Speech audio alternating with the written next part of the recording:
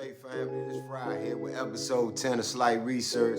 Today we're going to touch on the Great Divide. By that, I mean the Berlin Conference of 1881.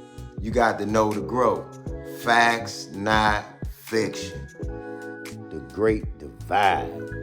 The scramble for Africa, also called the partition of Africa or conquest of Africa, was the invasion, annexation, division, and colonization of most of Africa by 7 Western European powers during a short period known as the New Imperialism between 1881 and 1914. This conference was called by German Chancellor Bismarck to settle how European countries would claim colonial land in Africa and to avoid a war among European nations over African territory. All the major European states were invited to the conference. Following the Berlin Conference, there was still little exploration into the interior of Africa beyond gaining initial treaties. Most Europeans continued to stay on the coastal regions while a few missionaries followed rivers inland to find Christian converts. By 1900, though, more Europeans moved into the African interior to extract raw materials such as rubber, palm oil, gold, copper, and diamonds. These natural resources made Africa a vital resource for the European economy. Although most of these African colonies were controlled by nations, the Berlin Conference allowed King Leopold II of Belgium to become the sole owner of the vast area that is today the Democratic Republic of the Congo in Central Africa. This area was given to Leopold by the other European powers with the intent that this be an area for free trade for all Europeans in Africa. Leopold agreed to this stipulation as well as bringing Christian missionaries to the interior of this area. But in practice, he kept out most other European traders as he granted concessions to various corporations to exploit the region's resources.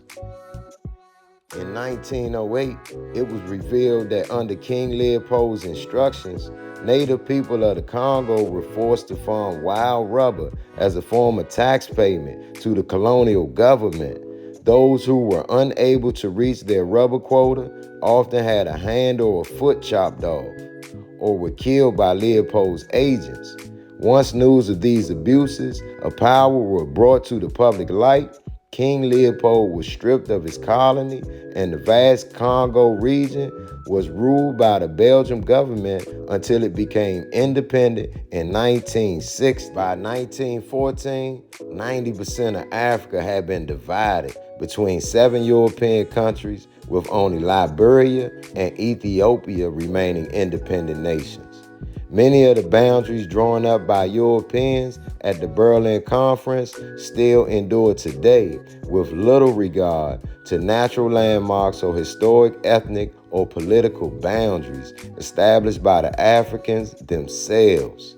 The disregard of these boundaries, most of which were retained after independence, often continues to generate conflict in Africa today.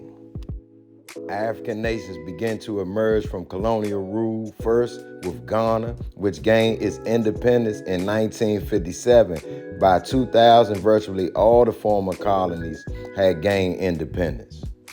Prior to the era of imperialism, Africans lived in a variety of ways. There were large kingdoms and sprawling urban centers, and there were smaller villages headed by elders and chiefs. In the 14th and 15th centuries, you had great wealth in Africa, with kingdoms such as Timbuktu and Mali.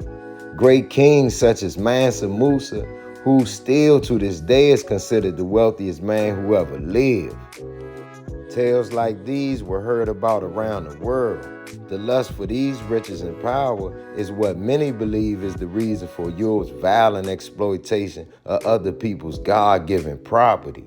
When the Moorish leader Tariq, an African, conquered Spain and Portugal in the year 711, they began to build the nation. establishing the first schools, libraries, paved roads, and sewer systems.